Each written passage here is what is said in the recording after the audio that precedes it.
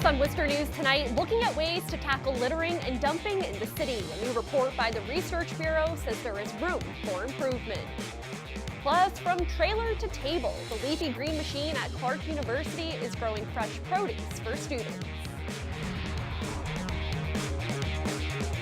Good evening and thanks for joining us. I'm Olivia Lemon. A rainy start to the week across New England, but we're finally starting to see things dry out, at least for now. Denise Isaac has more in our local forecast.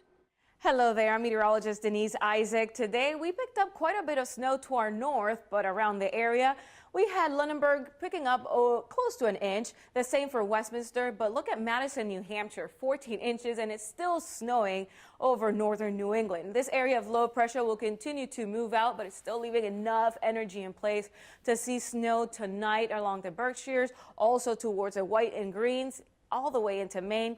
Here we could see few flurries possible tomorrow afternoon as the wind will really be picking up out of the west. So the morning will have mostly cloudy skies, sunrise at 6:50, a temperature of 31. By midday, 38 degrees, breezy with a few flurries. And then at the evening, cloudy skies, 35. So don't expect to see much in the way of sunshine tomorrow. Coming up, we'll have a look at our exclusive 10-day forecast.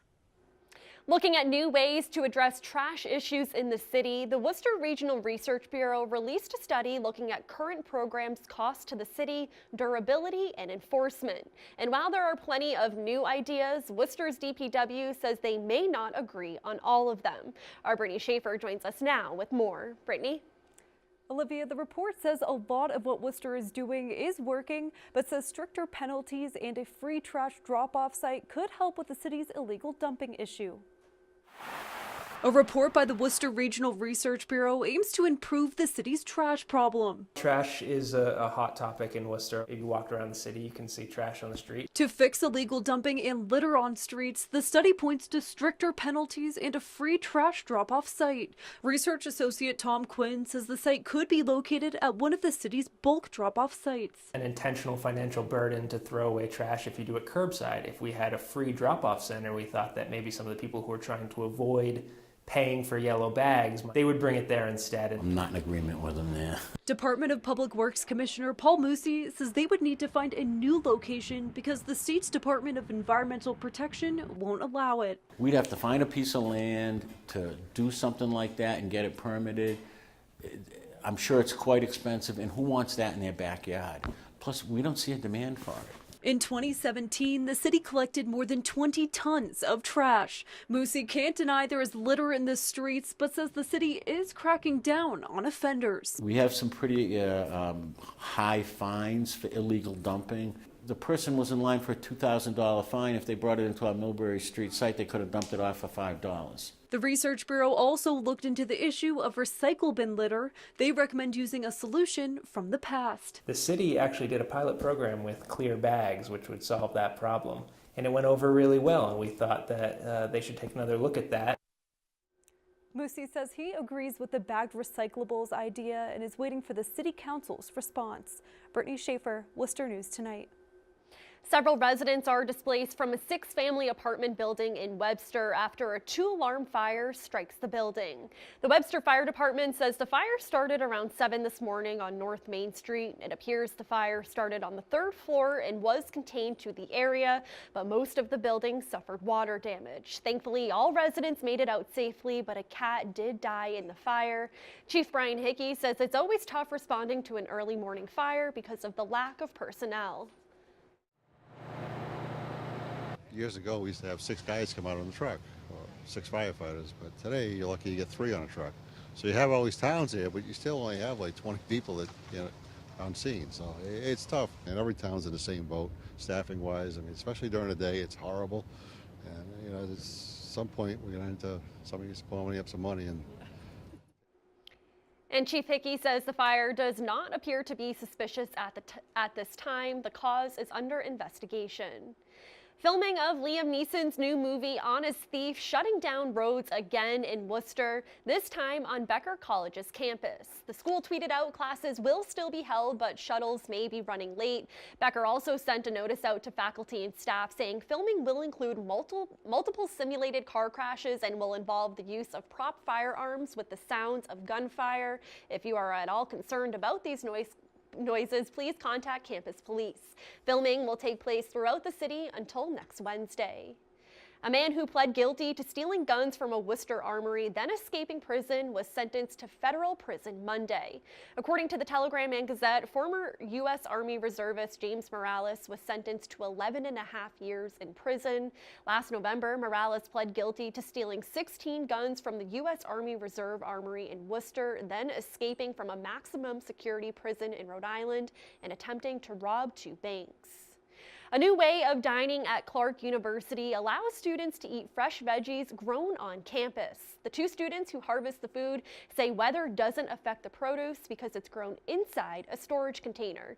Our Roslyn Flaherty joins us now to explain. Roslyn? Olivia, hundreds of plants grow inside the shipping container, and from there they're taken to the dining hall for the college community to enjoy. Inside this shipping container is where Clark University students get most of their vegetables. We harvest here onto the table in the cafeteria in maybe 30 minutes. The retrofitted hydroponic freight farm packs an acre's worth of vegetables into a 40-foot space. Seniors Jack Levine and Kelsey Perry maintain the leafy greens for class credit and say their work benefits the college community. It reduces the carbon footprint, and I know that the cafeteria has definitely gotten their money's worth for it. This kale was planted in 2017 and gets picked weekly and regenerates. The students grow plants like lettuce and kale vertically in more than 200 towers. The farm provides the school with vegetables about 3 times a week year-round, and they don't have to worry about contamination. No herbicides, pesticides, GMOs. The plants really don't go through any disease. I mean, Jack and I are the only people in here, so as long as we're keeping our hygiene and health in check, I mean, there's no way the plants could contract any disease. The college's food provider, Sodexo, purchased the freight farm. Levine and Perry say they have gotten a lot of support from fellow students who say it's an innovative way to get vegetables to the table. When we put up the local signs and grow it on campus right in the cafeteria, this lettuce goes way faster than whatever else they're putting out. Now they're hoping to raise funds to buy solar panels for the container to cut back on energy. Roslyn Flaherty, Worcester News Tonight. Local organizations and nonprofits are encouraging people to give back today. It's known as Giving Tuesday. And after 2 big days of shopping, Black Friday and Cyber Monday, they say it's the perfect time to donate. Our Chandler Walsh joins us now to explain. Chandler? Olivia, Giving Tuesday started 7 years ago as a day to kick off the season of giving. It's an occasion using generosity to change communities.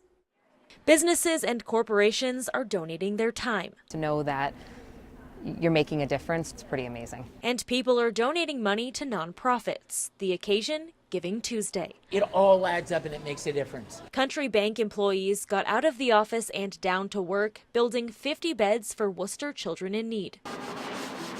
Something as simple as a bed is something that kids are going without. They're sleeping with siblings, maybe on air mattresses, on pillows on the floor. Local nonprofits like the Worcester County Food Bank are also participating in Giving Tuesday. For every $1 someone gives, they'll distribute $4 worth of donated food, which looks something like this. This is a wonderful opportunity to join in something that's happening all across the community. And you can say, yeah, I gave today. The food bank says this season is when the bulk of their fundraising happens. They distribute close to $11 million of food and say any size donation helps. You're helping your neighbors. They are men and women we pass on the street, children who sit next to your kids or grandkids in school. Nonprofit United Way of Central Massachusetts set up inside Birch Tree Bread Company for the 2nd year, looking for small contributions. $10, $15, $25 donations, which is phenomenal. But we're surprised by people's generosity. We had one gentleman come in, spontaneous compassion, $5,000. United Way's Tim Garvin says about 2.5 million people across the world will participate in Giving Tuesday, raising about $300 million for charity. That is immense. That changes lives, it changes our world, and it makes it better. As of this hour, United Way has raised just over $6,000, and the Worcester County Food Bank says their goal is to beat last year, raising more than $8,000. Chandler Walsh, Worcester News Tonight.